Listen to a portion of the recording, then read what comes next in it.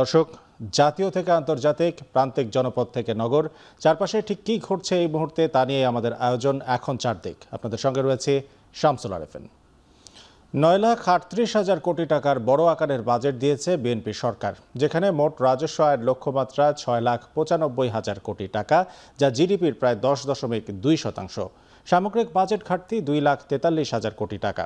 বাজেটের ঘাটতি পূরণে বিদেশি ও দেশীয় উৎস থেকেই ঋণ ও সহায়তা নেবে সরকার, যদিও এর দায় মেটানো নিয়ে আছে শঙ্কা। বিস্তারিত নাজবুস সাকিবের প্রতিবেদনে। ঠিক 4 মাস আগে ত্রয়োদশ জাতীয় সংসদে জয়লাভ করা বিএনপি সরকার প্রায় 20 বছর পর বাজেট দিল বৃহস্পতিবার। তাই দিনটি ঘিরে গণমানুষের যেমন আগ্রহ, তেমনি সবার চোখ অর্থমন্ত্রী আমির খসরু মাহমুদ চৌধুরীর দিকে। সকালে গুলশানের বাসা থেকে বের হয়ে গণমাধ্যম কর্মীদের জানান, এই বাজেট হবে গণমানুষের বাজেট। এরপর বাজেট ঘিরে প্রধানমন্ত্রীর নেতৃত্বে হওয়া বিশেষ ক্যাবিনেট বৈঠকে অংশ নেন মন্ত্রীরা। প্রায় 3 ঘন্টার বৈঠক শেষে অনুমোদন হয় 2026-27 অর্থ বছরের বাজেট।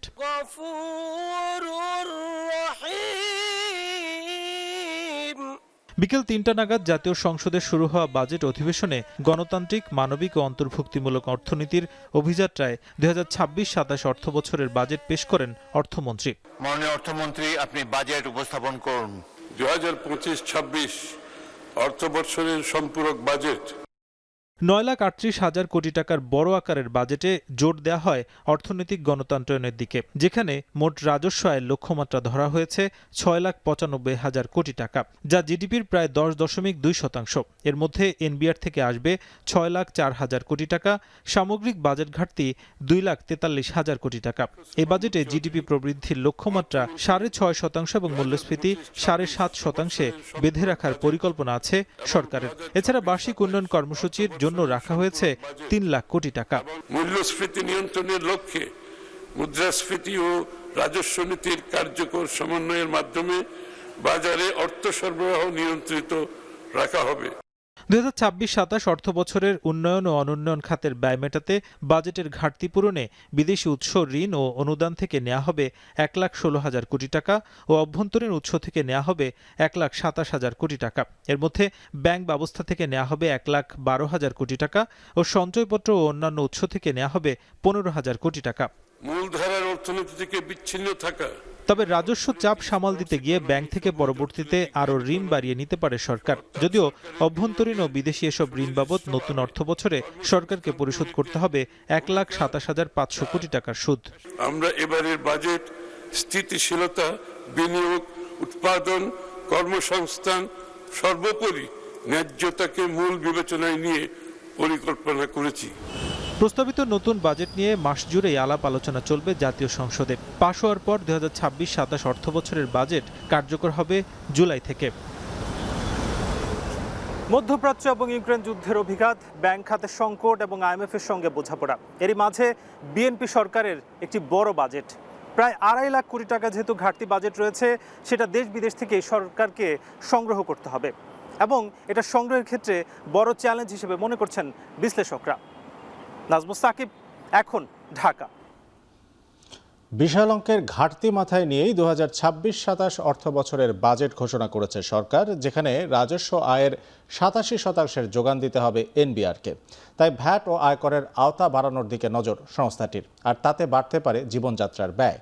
যদিও এই অস্বস্তি কমাতে করমুক্ত আয়সীমা 25,000 টাকা বাড়িয়েছে সরকার। একই সাথে শুল্ক কাঠামো প্রযুক্তি নির্ভর করতে বড় ধরনের পরিকল্পনাও আছে সরকারের। মিয়া আমিরুলের প্রতিবেদন। দীর্ঘ 1.5 যুগের পুঞ্জীভূত সংকট, অর্থনৈতিক টানাপোড়েন, ব্যাংক খাতে তারল্য সংকট, ঋণের ক্রমবর্ধমান বোঝা সব সামলে দেশের ইতিহাসের সর্ববৃহৎ বাজেটের লক্ষ্য পূরণে বড় চ্যালেঞ্জ রাজস্ব আহরণ। কারণ এবার শুধু বাজেটই বড় হয়নি, সঙ্গে বেড়েছে ঘাটতিও। 2026-27 অর্থ বছরের প্রস্তাবিত বাজেটে খরচ ধরা হয়েছে 9,38,000 কোটি, যেখানে রাজস্ব খাত থেকে আসতে পারে 6,95,000 কোটি টাকা। আর এই হিসাবই বলে দেয়, আয়ের যোগানে এবারও এনবিআর এর উপর বড় নির্ভরতা থাকছে সরকারের।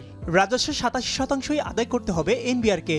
এই লক্ষ্য অর্জনে তাই ভ্যাট ও আয়করের সাথে ভ্রমণ খাত এবং সম্পদ করের মতো নতুন বেশ কিছু ক্ষেত্রে নজর দিতে হবে সংস্থাটিকে। 9,38,000 কোটি টাকা ব্যয় প্রাক্কলন করা হয়েছে, যা জিডিপির 13.2% 7%। প্রস্তাবিত বাজেটে 2,43,000 কোটি টাকার ঘাটতি মেটাতে দেশি বিদেশি বিভিন্ন সংস্থার দিকে যুক্তি হবে, যেখানে সবচেয়ে বেশি অভ্যন্তরীণ উৎস থেকে 1,27,000 কোটি টাকা ঋণ নিতে চায় সরকার। বিদেশি উৎস থেকে আসবে 1,16,000 কোটি টাকা, যার মধ্যে অনুদান হিসেবে আসবে 6,000 কোটি টাকার কিছু বেশি। এছাড়া সঞ্চয়পত্র ও অন্যান্য উৎস থেকে 15,000 কোটি সংগ্রহের প্রস্তাব করা হয়েছে। মোট উন্নয়ন ব্যয় 3,16,075 কোটি টাকা। আসন্ন অর্থ বছরের বাজেটে ভর্তুকি ধরা হয়েছে 89,538 কোটি টাকা। চলতি অর্থ বছরের সংশোধিত বাজেটে যার পরিমাণ 95,031 কোটি টাকা। এই হিসাবে প্রায় 6,000 কোটি টাকা ভর্তুকি কমিয়েছে সরকার। গ্যাস বিদ্যুতের দাম বাড়িয়ে যা সমন্বয়ের পরিকল্পনা সরকারের। মূল্যস্ফীতি ও জীবনযাত্রার ব্যয় বৃদ্ধি বাস্তবতা বিবেচনায় আগামী 5 বছরের জন্য ব্যক্তি পর্যায়ে করমুক্ত আয়সীমা 25,000 টাকা বাড়িয়ে 4.25 লাখ টাকা ধরা হয়েছে। অন্যবারের মতো এবারও কিছু বিশেষ শ্রেণীর করদাতাদের করমুক্ত আয়সীমায় বাড়তি সুবিধা দেয়া হয়েছে। এতে নারী এবং 65 বছরের বেশি বয়সী করদাতাদের জন্য 4,25,000 টাকা পর্যন্ত ছাড় থাকছে। তৃতীয় লিঙ্গ প্রতিবন্ধী পর্যায়ে 5 লাখ টাকা। গেজেটভুক্ত মুক্তিযোদ্ধা ও জুলাই যোদ্ধাদের জন্য 5.25 লাখ টাকা পর্যন্ত করমুক্ত আয়সীমা থাকছে। সেই সাথে সারা বছর রিটার্ন দেওয়ার সুযোগ থাকছে। এদিকে আগের বছরের মতোই থাকছে কর্পোরেট কর হার। দেশের অর্থনীতিকে আরও শক্তিশালী, প্রতিযোগিতা এবং প্রযুক্তি নির্ভর করতে 2026-27 অর্থ বছরে কর শুল্ক কাঠামোয় বড় ধরনের পরিবর্তনের পরিকল্পনা করা হয়েছে। বর্তমানে কর জিডিপি অনুপাত 6 থেকে 8-এর কিছু বেশি হলেও সরকারের লক্ষ্য 2035 সালের মধ্যে কর জিডিপির অনুপাত 15% উন্নীত হবে। লক্ষ্য অর্জনে করের হার বাড়ানোর পরিবর্তে করের পরিধি সম্প্রসারণ এবং রাজস্ব ব্যবস্থায় ডিজিটাল অটোমেশনের উপর জোর দেওয়া হচ্ছে। ক্রিয়েটিভ অর্থনীতি খাতের উন্নয়নে প্রাথমিকভাবে 300 কোটি টাকা বরাদ্দের প্রস্তাব করছি। এবারের বাজেটে দেশীয় শিল্প সুরক্ষায় কর ছাড়ে বড় ধরনের সুবিধা দেওয়া হয়েছে। নতুন বিনিয়োগে আকর্ষণ, কর্মসংস্থান সৃষ্টি এবং রপ্তানি বাণিজ্যকে উৎসাহিত করতেই এই কর ছাড় দেওয়া হয়েছে। মিয়া আমিরুল, এখন, ঢাকা। সাধারণ মানুষকে স্বস্তি দিতে প্রস্তাবিত বাজেটে নিত্যপণ্যের দাম কমানোর চেষ্টা করেছেন অর্থমন্ত্রী। সে কারণে কর ও শুল্কে বড় অঙ্কের ছাড় দেওয়া হয়েছে। ফলে কমতে পারে ধান, চাল, ভোজ্য তেল সহ 60টি নিত্যপণ্যের দাম। এছাড়াও কমবে শিশু খাদ্য ও মশলার দাম। কিডনি ডায়ালাইসিস সেবা, হার্টের রিং, চোখের লেন্সের খরচও কমছে। বাড়বে কাজু বাদাম, বিলাসবহুল গাড়ি ও সিগারেটের দাম। আরও জানাচ্ছেন হোসেন জাহিদ। মাননীয় অর্থমন্ত্রী জনাব আমির খসরু মাহমুদ চৌধুরী 2026-2027 অর্থ বছরের বাজেট উপস্থাপন করবেন। দ্রব্যমূল্যের ঊর্ধ্বগতিতে লাগাম টানতে বাজেটে কৃষিপণ্যে বিপুল কর ছাড় প্রস্তাব করেছেন অর্থমন্ত্রী। আগে যেসব কৃষিপণ্যে 5 থেকে 1% কর দেওয়া লাগত, প্রস্তাবিত বাজেটে কেবল 0.5% হার নির্ধারণ করা হয়েছে। এর ফলে কমবে ধান, চাল, আলু, পেঁয়াজ, রসুন, ভোজ্য তেল সহ 60টি কৃষিপণ্যের দাম। পরিবারের নতুন সদস্যের আগমনে খরচের নতুন খাতা খুলতে যারা ভয় পাচ্ছিলেন, বাজেটে তাদের জন্য রয়েছে স্বস্তি। আমদানি করা শিশুখাদ্যের কাঁচামাল 15% থেকে শুল্ক কমে দাঁড়াবে 10%। কমবে শিশুখাদ্যের দাম। রাঁধুনির হাসি চওড়া করবে এবারের বাজেট। 5% নিয়ন্ত্রণমূলক শুল্ক পুরোটাই বাতিল হলে কমবে মশলার দাম। খেজুরের দামও হবে নিম্নমুখী। সোনার গয়নায় যাদের বাড়তি ঝোঁক, তাদের জন্য এই বাজেট হতে চলেছে সোনায় সোহাগা। প্রস্তাবিত বাজেটে সোনার গহনায় 5% থেকে কমিয়ে কর রাখা হবে 0.5%। তার মানে ভরি প্রতি দাম কমবে 2,500 টাকার মতো। পরিবেশ বান্ধব ও জ্বালানি সাশ্রয়ে বাজেটে সব ধরনের বৈদ্যুতিক গাড়িতে মিলবে বিশেষ কর মুক্তি। আগে যেসব ইলেকট্রনিক গাড়িতে 93% কর দেওয়া লাগত, এখন তা দাঁড়াবে 64% এবং কোনো কোনো ক্ষেত্রে 80%। চার্জার ও চার্জিং স্টেশনেও এই ছাড় বিদ্যমান রাখবে সরকার। দেশেই তৈরি AC, refrigerator, washing machine, oven সহ সব ধরনের laptop, desktop computer, printer, monitor, SIM, mobile set এবং স্কিন কেয়ারের দামও কমবে। কিডনি ডায়ালাইসিস সেবায় খরচ কমছে 800 টাকা পর্যন্ত। ভ্যাট অব্যাহতি দেওয়ায় হার্টের রিং বা স্টেইনে 20,000 টাকা পর্যন্ত কমতে পারে। একইভাবে চোখের লেন্স 5,000 টাকা পর্যন্ত কমছে। বাদ্যযন্ত্র ও সিনেমাটোগ্রাফির ক্যামেরার দামও কমছে। এদিকে বরাবরের মতোই বাজেটে দাম বাড়বে তামাকজাত পণ্যের। সিগারেটের প্রতি 10 শলাকার এক প্যাকেট হিসেবে বাড়ছে মূল্য। যেমন নিম্ন স্তরের সিগারেটে 60 টাকা থেকে 2 টাকা বাড়িয়ে 62 টাকা মধ্যস্তরে ৮০ টাকা থেকে ১২ টাকা বাড়িয়ে ৯২ টাকা, উচ্চ স্তরে ১৪০ টাকা থেকে ২০ টাকা বাড়িয়ে ১৬০ টাকা এবং অতি উচ্চ স্তরে ১৮৫ টাকা থেকে ২৫ টাকা বাড়িয়ে ২১০ টাকা করার প্রস্তাব রয়েছে বাজেটে। ডিজেল, অকটেন ও পেট্রোল চালিত গাড়ি কিনতে গুনতে হবে বাড়তি টাকা। পরিবেশের জন্য ক্ষতিকর এমন যুক্তিতে ব্যবহারের প্রবণতা কমিয়ে আনতে মধ্যম সারির ১২০০ থেকে ১৬০০ সিসির ইঞ্জিন ক্ষমতার আমদানি করা গাড়ির ওপর করভার বাড়ছে। রিজার্ভের ওপর চাপ কমাতে এবং দেশীয় শিল্পের বিকাশে বিদেশি খাদ্যপণ্য যেমন কাজু বাদাম, হিমায়িত মাছের মতো পণ্যেও বাড়বে করের বোঝা। হোসেন জাহিদ, এখন ঢাকা। ২০২৬-২৭ অর্থ বছরের বাজেট ঘোষণার পর মিশ্র প্রতিক্রিয়া জানিয়েছেন অর্থনীতিবিদ, ব্যবসায়ী এবং রাজনৈতিক দল ও সংগঠনগুলো। বাজেটকে জনবান্ধব আখ্যায়িত করে আনন্দ মিছিল করেছে বিএনপির অঙ্গ সংগঠন। অন্যদিকে জামায়াত বলছে দুর্বল অর্থনীতির ওপর দাঁড়িয়ে এই বাজেট বাস্তবায়ন সম্ভব নয়। অন্যদিকে অর্থনীতিবিদরা বলছেন চিন্তাশীল বাজেট হলেও বাস্তবায়নের আর্থিক ভিত্তি দুর্বল। পরিচালন ব্যয়ের লাগাম টানাই মূল চ্যালেঞ্জ বলে মনে করছেন তারা। বিস্তারিত জানাচ্ছেন শাহরিয়ার জামান পুলক। ভগ্নদশার পাশাপাশি আসছে অর্থ বছরের বাজেট ঘোষণার পর অনেকেই বাজেটের কাঠামো ও লক্ষ্যকে ইতিবাচকভাবে দেখলেও বাস্তবায়ন সক্ষমতা নিয়ে দেখা দিয়েছে বড় প্রশ্ন। প্রায় ৯,৩৮,০০০ কোটি টাকার উচ্চাকাঙ্ক্ষী বাজেট বাস্তবায়ন চাপে থাকা সীমাবদ্ধতার অর্থনীতিতে কতটা সম্ভব এ নিয়ে এখন আলোচনা ঘুরছে অর্থনীতিবিদ, ব্যবসায়ী ও রাজনৈতিক মহলে। বাজেট ঘোষণার পরপরই একে স্বাগত জানিয়ে পল্টনে দলীয় কার্যালয়ের সামনে মিছিল করেছে স্বেচ্ছাসেবক দল, আর ঢাকা বিশ্ববিদ্যালয় ক্যাম্পাসে মিছিল করেছে ছাত্রদল। এ সময় নেতারা বলেন শিক্ষার্থী ও জনবান্ধব হয়েছে এই বাজেট। রাজধানীর বায়তুল মোকাররমে এক সমাবেশে বাজেট নিয়ে তাৎক্ষণিক প্রতিক্রিয়ায় জামায়াতের সহকারী সেক্রেটারি জেনারেল হামিদুর রহমান আজাদ বলেন, এমন ঋণ নির্ভর ঘাটতি বাজেট দুর্বল অর্থনীতির উপর দাঁড়িয়ে বাস্তবায়ন সম্ভব নয়। এদিকে বাজেটকে উচ্চাভিলাষী ও বাস্তবতা বিবর্জিত বলে মন্তব্য করলেও স্বাস্থ্য ও শিক্ষা খাতে বরাদ্দ বৃদ্ধি হওয়ায় সেবা খাতে কিছুটা স্বস্তি দিবে বলে জানান এনসিপির আহ্বায়ক নাহিদ ইসলাম। আমাদের একটু স্বস্তির জায়গা হচ্ছে যে শিক্ষা খাতে, স্বাস্থ্য খাতে বাজেটের বরাদ্দ বেড়েছে, সামাজিক নিরাপত্তা খাতে যে এই বাজেটটাকে আমাদের মনে হয়েছে উচ্চাভিলাষী এবং বাস্তবতা বিবর্জিত। কারণ আপনি দেখবেন যে এই বাজেটের ৯,৩৮,০০০ কোটি টাকা তারা ব্যয় করবে এবং এই আয়টা তারা বলতেছে যে ৬,৯৫,০০০ কোটি টাকা তারা রাজস্ব লক্ষ্যমাত্রা নির্ধারণ করেছে এবং যেটা আসলে বাস্তবতা বিবর্জিত। বাজেট বক্তৃতার মাধ্যমে যেটা স্পষ্ট হয়েছে, এই বাজেটটি হচ্ছে একটি বিশাল ঋণ নির্ভর বাজেট। এটা একটি বড় ধরনের ঘাটতি বাজেট। অত্যন্ত দুর্বল ভিত্তির উপরে দাঁড়িয়ে এত বড় বাজেট বাস্তবায়ন কখনো সম্ভব নয়। আর বাজেটকে গতানুগতিক আখ্যা দিয়ে সংসদ সদস্য রুমির ফারহানা বলেন, ঋণ নির্ভর না হয়ে বিনিয়োগ বান্ধব পরিবেশ নিশ্চিতে জোর দিতে হবে সরকারকে। কিন্তু এবারের বাজেটকে সৃজনশীল বলে বিএনপি মহাসচিব মির্জা ফখরুল ইসলাম আলমগীর বলেন, সব শ্রেণীর মানুষের কথা চিন্তা করেই এই বাজেট প্রণয়ন করা হয়েছে। এই বাজেটটাতে প্রতিফলিত হয়েছে যে সরকার কতটা আন্তরিক দেশের অর্থনীতিকে তারা পুনর্বাসন করতে চায় এবং একই সঙ্গে একটা গতি ফিরিয়ে আনতে চায়।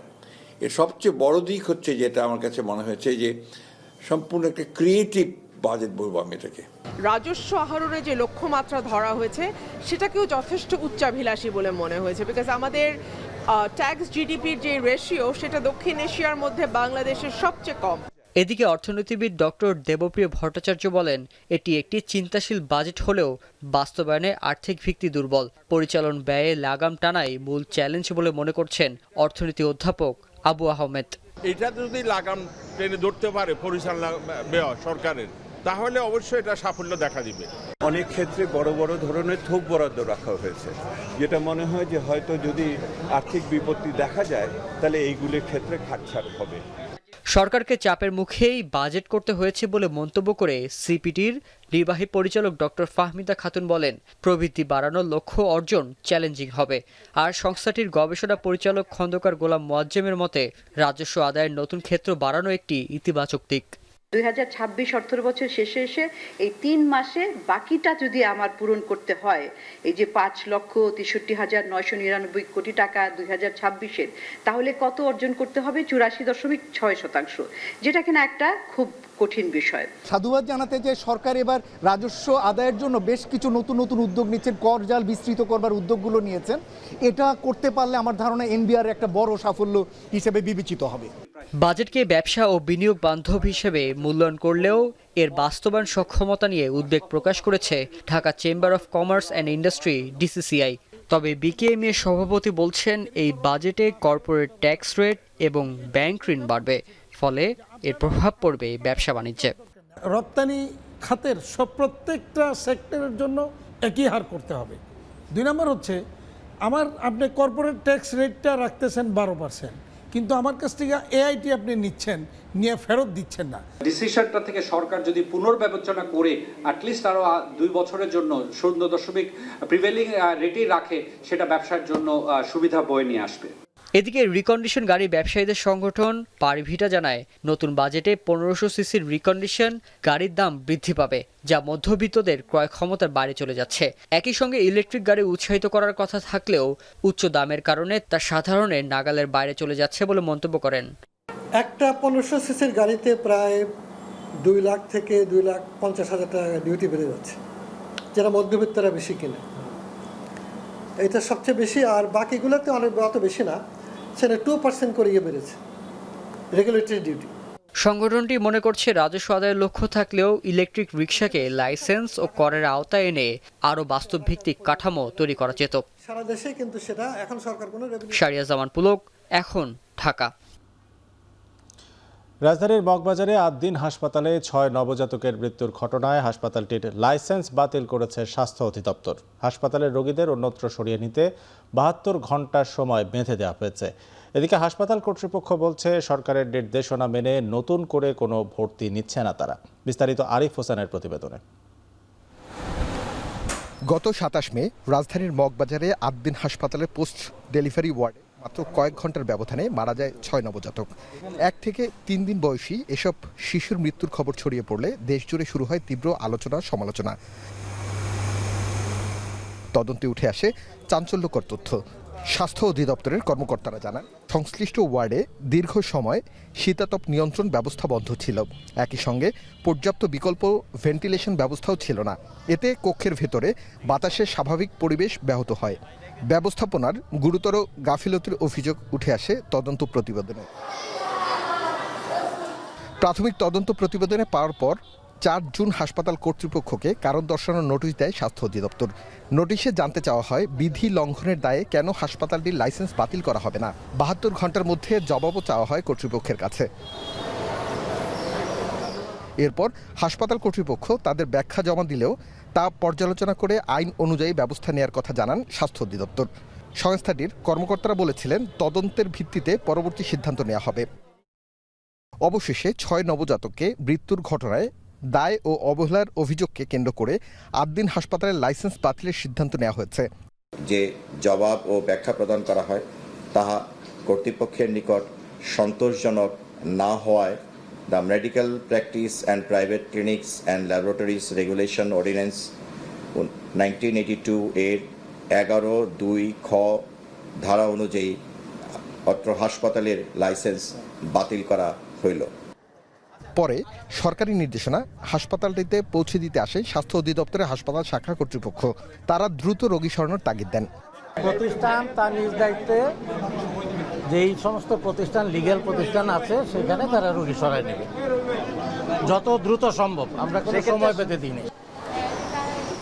জবাবে হাসপাতাল কর্তৃপক্ষ বলেন, 72 ঘন্টা সময় বেঁধে দেওয়া হয়েছে রোগী সরাতে। নতুন করে ভর্তি নিচ্ছেন না তারা। নির্দেশনা অনুযায়ী আমরা আউটডোরে নতুন পেশেন্ট ভর্তি করব না, কিন্তু আমাদের যে আর্জেন্ট যেই রোগীগুলো ক্রিটিক্যাল আছে তাদের ব্যাপারে আমরা কি করব। ওনারা বলেছেন যে আপনাদের দিক থেকে আপনারা যত দ্রুত সম্ভব তাদেরকে ট্রান্সফার করবেন, তাদের ক্রিটিক্যাল সিচুয়েশনটা বুঝে সেভাবে আপনারা, তবে রোগীর যেন কোনো ক্ষতি না হয় সেই দিকটা আপনারা সর্বোচ্চ নজর রাখবেন। এদিকে মগবাজারের আদ্দিন হাসপাতালের সামনে আইনশৃঙ্খলা রক্ষাকারী বাহিনী মোতায়েন করা হয়েছে। আরিফ হোসেন, এখন, ঢাকা।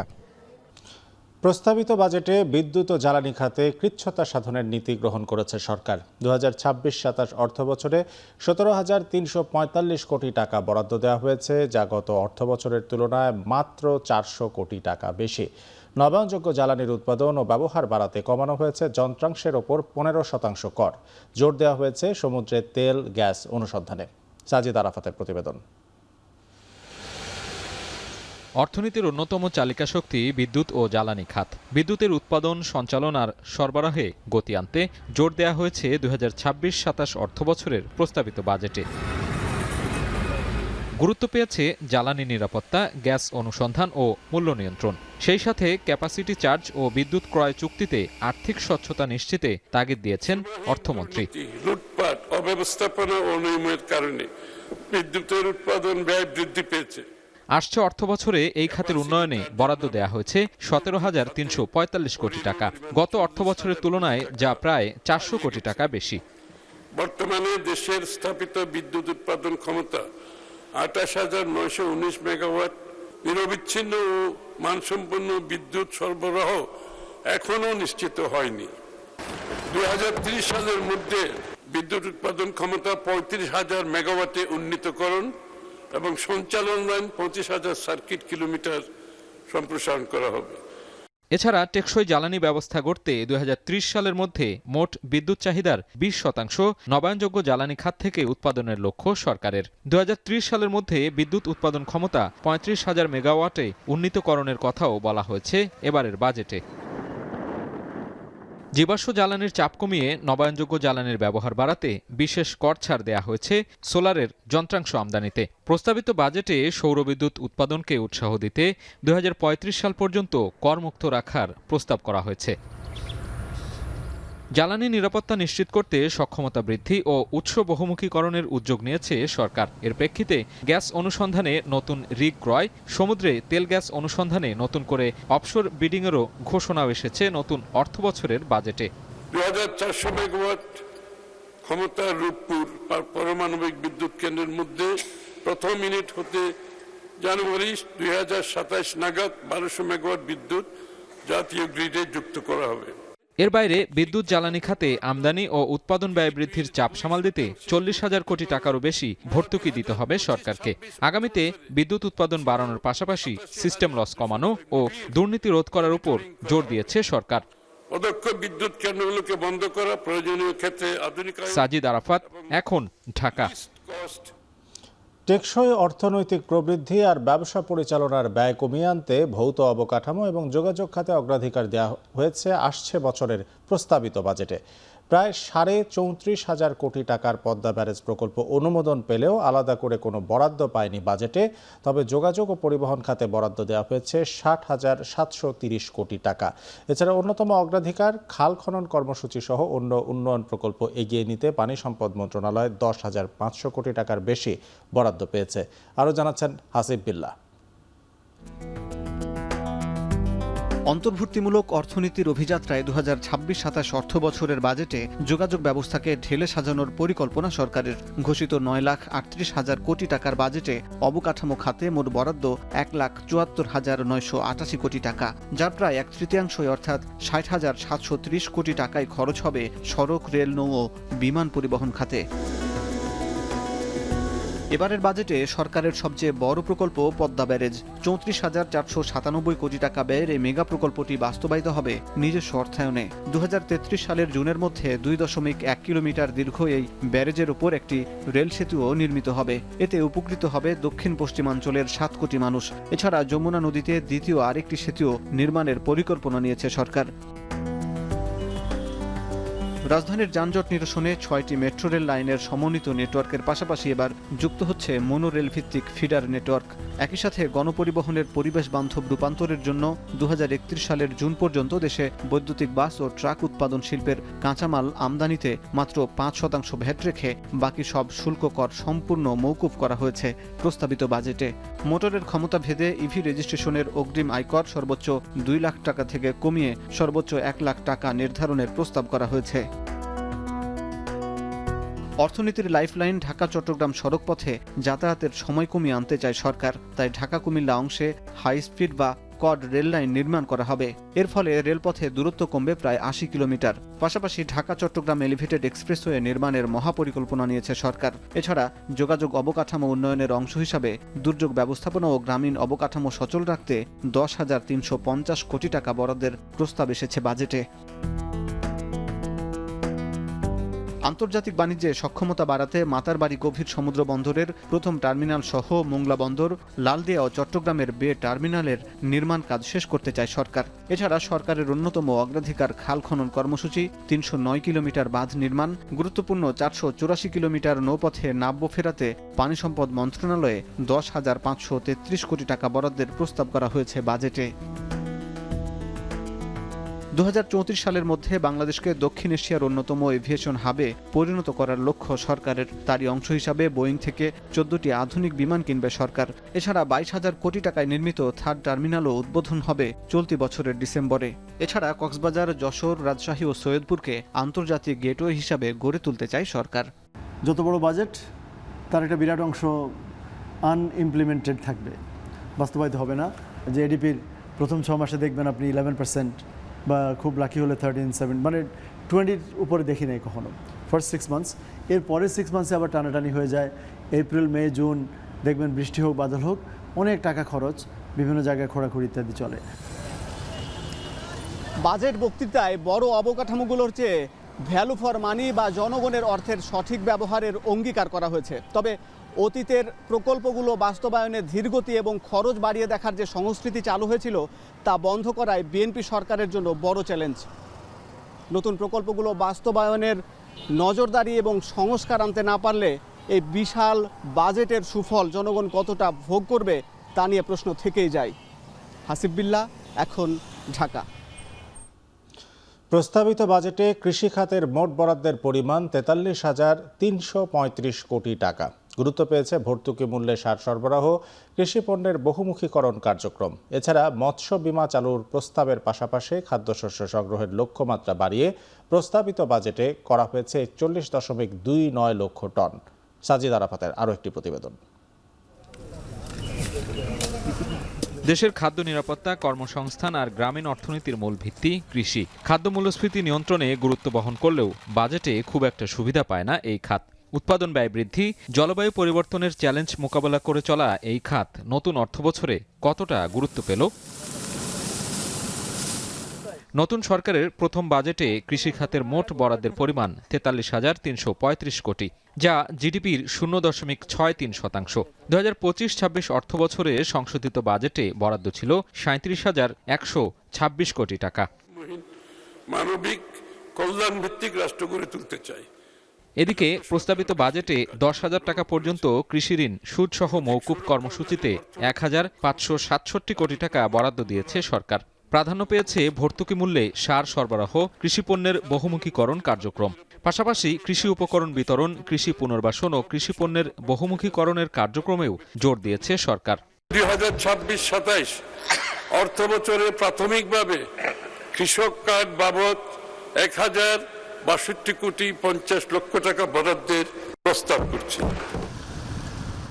এদিকে মৎস্য চাষীদের ঝুঁকি মোকাবেলায় মৎস্য বীমা চালুসহ 15 লক্ষ জেলেকে ভিজিএফ সুবিধার আওতায় আনার কথা উল্লেখ করা হয় বাজেটে।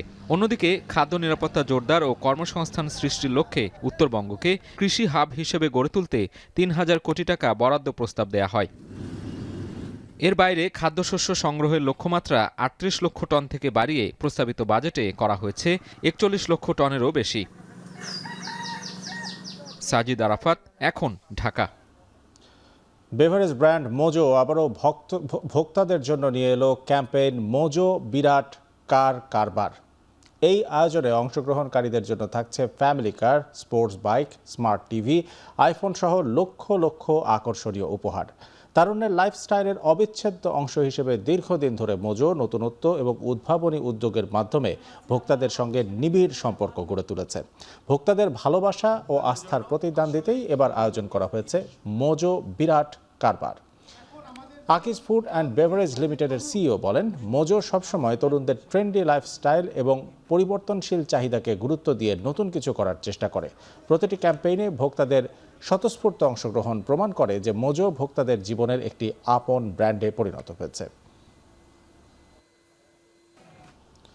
ফুটবল বিশ্বকাপের আনন্দ ভাগাভাগি করতে ফ্যান ফেস্ট আয়োজন করেছে ফুটবল বিশ্বকাপের অফিসিয়াল স্পন্সর লাইফবয়। ঢাকা বিশ্ববিদ্যালয়ের স্বোপার্জিত স্বাধীনতা চত্বরে এই আয়োজনে প্রতিদিন দুপুর 2টা থেকে রাত 10টা পর্যন্ত গেমিং জোনে নানা ফুটবল অভিজ্ঞতায় অংশ নেওয়া যাবে। ফ্যানফেস্টে গোল উদযাপনের মজার প্রতিযোগিতা, goal scream, heading challenge, head to freshness, slip score সহ নানা ধরনের গেমে যোগ দেওয়ার সুযোগ থাকছে। একই সঙ্গে এই ফ্যান জোনে নিজের প্লেয়ার প্যাক তৈরি করে ফুটবল অভিজ্ঞতা নিতে পারবেন অংশগ্রহণকারীরা।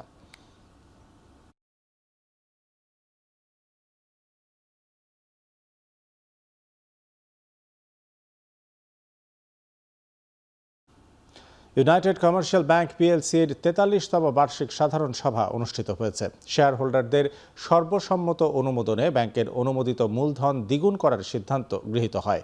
বৃহস্পতিবার সকালে রাজধানীর কুর্মিটোলা গলফ ক্লাবে এজিএমে সভাপতিত্ব করেন ইউসিবির চেয়ারম্যান শরীফ জহির। সভায় জানানো হয়, নানা অর্থনৈতিক চ্যালেঞ্জ সত্ত্বেও 2025 সালে ইউসিবি ব্যবসায়িক প্রবৃদ্ধি ও আধুনিকায়নে উল্লেখযোগ্য সাফল্য অর্জন করেছে। এ সময় ব্যাংকটি তার ইতিহাসের সর্বোচ্চ 23% আমানত প্রবৃদ্ধি অর্জন করে, যা দেশের ব্যাংকিং খাতের গড় প্রবৃদ্ধির তুলনায় দ্বিগুণেরও বেশি। এর ফলে ব্যাংকের মোট আমানত প্রায় 13,000 কোটি টাকা বৃদ্ধি পেয়ে 68,394 কোটি টাকায় উন্নীত হয় এবং একই সময়ে প্রায় 6,78,000 নতুন গ্রাহক হিসাব যুক্ত হয়।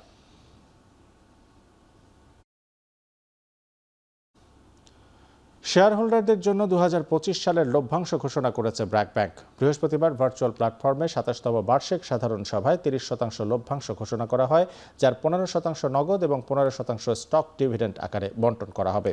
বৃহস্পতিবার ব্যাংকটির চেয়ারপারসন মেহেরিয়া এম হাসানের সভাপতিত্বে এই এজিএমে আরও উপস্থিত ছিলেন ভাইস চেয়ারপারসন ফারুক মঈনুদ্দিন আহমদ, পরিচালক সালেক আহমেদ, আনিতা গাজী রহমান চৌধুরী, MAQ সারওয়ার এবং লীলা রশিদ। 2025 সালে ব্যাংকটির সমন্বিত নিট মুনাফা 57% বেড়ে দাঁড়িয়েছে 2,251 কোটি টাকা। 2025 সালে ব্যাংকটির একক নিট মুনাফা দাঁড়িয়েছে 1,581 কোটি টাকা, যা গেল বছরের তুলনায় 30% বেশি। অনুষ্ঠানে সামষ্টিক অর্থনৈতিক চ্যালেঞ্জের পরও ব্যাংকটির শক্তিশালী আর্থিক সক্ষমতার বিষয়টি তুলে ধরে শেয়ার হোল্ডার, রেগুলেটর, স্টেক হোল্ডারদের আস্থার জন্য ধন্যবাদ জানান ব্যাংকের চেয়ারপারসন। খুলনার বেসরকারি হাসপাতাল খুলনা সিটি মেডিকেলে অগ্নিকাণ্ডের ঘটনা ঘটেছে। এ ঘটনায় 20 জন আহত হয়েছেন। বৃহস্পতিবার রাত 9:30টার দিকে খুলনা সিটি মেডিকেলের নিচতলার জেনারেটর থেকে অগ্নিকাণ্ডের সূচনা হয়। ধোঁয়ার কুণ্ডলী 14 তলা ভবনের 8 তলা পর্যন্ত ছড়িয়ে পড়ে। এ সময় বিদ্যুৎ বিচ্ছিন্ন করে দেওয়া হলে রোগীদের মাঝে আরও আতঙ্ক ছড়িয়ে পড়ে। খবর পেয়ে ফায়ার সার্ভিসের 10টি ইউনিট প্রায় 1.5 ঘন্টা চেষ্টা চালিয়ে আগুন নিয়ন্ত্রণে আনে। বর্তমানে হাসপাতালের চিকিৎসা সেবা সম্পূর্ণরূপে বন্ধ রয়েছে। এ সময় আগুন নিয়ন্ত্রণে হাসপাতালের নিজস্ব আধুনিক ব্যবস্থাপনা না থাকার অভিযোগ করেন এলাকাবাসী। যে ধরনের ব্যবস্থাপনা আছে তা দিয়ে এত বড় আগুন নিয়ন্ত্রণ করা সম্ভব নয় বলেও জানান তারা। সম্ভাব্য শান্তি আলোচনায় অগ্রগতি হওয়ায় আজ রাতে ইরানে হামলার সিদ্ধান্ত স্থগিত করেছেন ট্রাম্প। ইরানের সর্বোচ্চ পর্যায়ের নেতাদের কাছ থেকে নিশ্চয়তা পাওয়ার পরই এমন সিদ্ধান্ত মার্কিন প্রেসিডেন্টের। এর আগে ইরানে আজ রাতেই ভয়াবহ হামলার মধ্য দিয়ে খার্ক দ্বীপ এবং অন্যান্য তেল অবকাঠামো দখলে নেওয়ার হুমকি দিয়েছিলেন ট্রাম্প। টানা দ্বিতীয় দিনের মতো ইরানে বিমান হামলা চালানোর পর বৃহস্পতিবার ট্রুথ সোশ্যাল পোস্টে ট্রাম্প এই হুমকি দেন। এদিকে ওমান উপকূলে ইরান সংশ্লিষ্ট একটি তেলবাহী ট্যাঙ্কারে মার্কিন হামলায় 3 ভারতীয় নাবিক নিহত হয়েছেন। নয়াদিল্লি বৃহস্পতিবার এ তথ্য নিশ্চিত করেছে। হরমুজ প্রণালীর ওপর একটি ইরানি ড্রোনের আঘাতে মার্কিন অ্যাপাচি হেলিকপ্টার ভূপাতিত হওয়ার পর মঙ্গলবার সন্ধ্যা থেকে পুনরায় হামলা শুরু করে যুক্তরাষ্ট্র। পাল্টা জবাবে বাহরাইন, জর্ডান ও কুয়েতে অবস্থিত মার্কিন সামরিক ঘাঁটিগুলো লক্ষ্য করে ক্ষেপণাস্ত্র ছোড়ে তেহরান।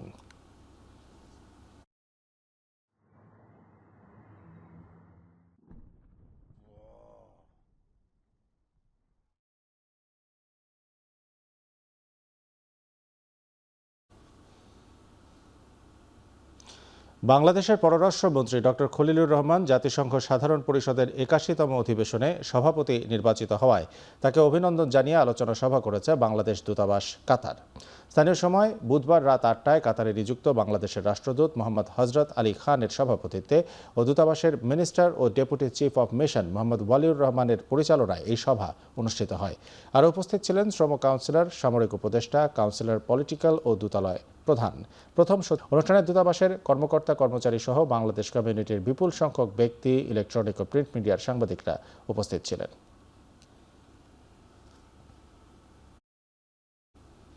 শেষ করছে এখন চারদিক। এখন টেলিভিশন ওয়েবসাইটে দেখতে ভিজিট করুন www.ekhon.tv, ফেসবুকে দেখতে ভিজিট করুন facebook.com/tv.ekhon এবং ইউটিউবে দেখতে ভিজিট করুন youtube.com/c/ekhon tv।